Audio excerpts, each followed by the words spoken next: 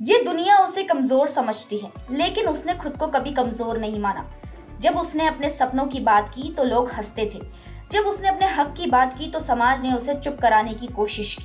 लेकिन अनीशा ने ठान लिया था कि वो सिर्फ सपने देखने तक सीमित नहीं रहेगी, बल्कि उन्हें सच करके दिखाएगी। जी दोस्तों, मैं बात कर रही हूँ अनीशा जी की, जो आज CLIC फोरम की CEO हैं।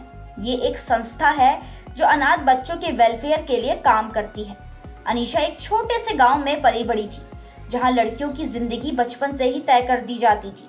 स्कूल जाना मुश्किल था, कॉलेज में पढ़ाई करने का तो सवाल ही नहीं उठता था।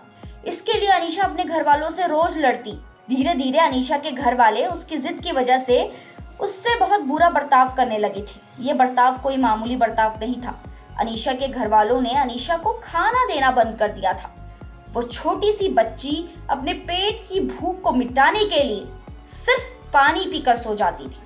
कपड़े फटे हुए, पैरों पे चप्पल नहीं, बस घूमती रहती थी गली गली, इस उम्मीद में कि कोई उसे समझने वाला मिले, जो उससे ये कहे कि तुझे जो करना है वो कर, हम तुम्हारे साथ हैं। पर दोस्तों, अनीशा की किस्मत को तो कुछ और ही मंजूर था। जी हाँ, अनीशा के साथ कुछ ऐसा हुआ जिसने अनीशा की किस्मत ही बदल डाली। एक दिन अनीशा को अननोन नंबर से मिस कॉल आई। कॉल देखकर अनीशा ने फोन उठाया तो जो खबर उसे मिली उसने उसकी दुनिया ही बदल डाली। ये खबर थी उसके माता पिता अब इस दुनिया में नहीं रहे। उस पल उसका बचपन छीन गया।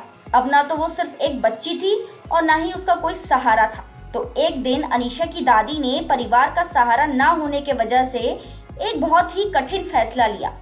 फैसला था कि उसे और उसकी छोटे भाई को अनाथालय भेजने का।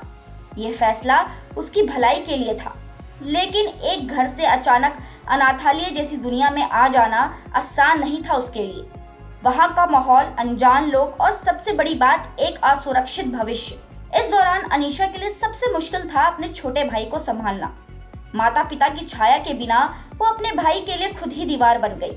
अनाथालय में रहना, नए नियमों को समझना और फिर भी खुद को टूटने से बचाए रखना हर दिन एक नई जंग थी उसके लिए। लेकिन अनीशा ने हालातों को अपने ऊपर हावी नहीं होने दिया। उसने अपने दर्द को अपनी ताकत बना लिया। धीरे धीरे उसने खुद को साबित किया। अपनी पढ़ाई पूरी की, अपने भाई को लेकर शहर चली गई। लेकिन उसकी मंजिल सिर्फ इतनी ही नहीं थी। शहर के कॉलेज में एडमिशन लेना आसान नहीं था, क्योंकि जेब में पैसे नहीं थे, रहने का ठिकाना नहीं था, लेकिन हाँ, हौसला था। कई रातें भूखे पेट सोना पड़ा, कई दिन काम ढूंढने में बीत गए। कभी लोगों ने मदद की, कभी अपमान सहना पड़ा, लेकिन उसने हार नहीं मानी। धीरे धीरे उसकी मेहनत रंग लाई।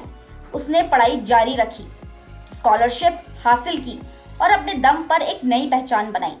एक दिन ऐसा भी आया जब उसी गांव में जहां उसे पढ़ने के लिए रोका गया था, उसी गांव में लड़कियों को पढ़ाने के लिए एक स्कूल खोला गया, वो भी अनीशा के नाम पर। क्योंकि उसे इस बात का एहसास था कि जो तकलीफ उसने झेली, वही तकलीफ देश की कई अनाथ बच्चियां भी झेल रही हैं, या फिर कहें कि अनाथ बच्चे भी झेल रहे हैं। और यहीं से जन्म हुआ केयर लीवर्स इनर सर्कल, मतलब CLIC का, एक ऐसा मंच जहां अनाथ बच्चे न सिर्फ सहारा पाते हैं, बल्कि एक नया परिवार भी उन्हें मिलता है। आज अनीशा CLIC की CEO हैं। वो उन बच्चों के लिए लड़ रही हैं जिन्हें समाज ने अकेला छोड़ दिया है। दोस्तों, ये सिर्फ एक कहानी नहीं, बल्कि एक छोटा सा बदलाव है।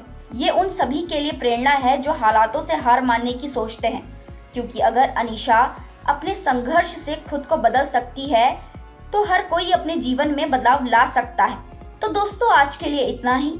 उम्मीद करती हूँ आपको हमारा ये वीडियो पसंद आया होगा। अगर आपको ये वीडियो पसंद आया है तो इसे लाइक कीजिए और चैनल को सब्सक्राइब करना ना भूलिए। और हाँ, अनीशा की स्ट्रगलिंग लाइफ के बारे में आपका क्या कहना है, हमें कमेंट करके ज़रूर बताएं।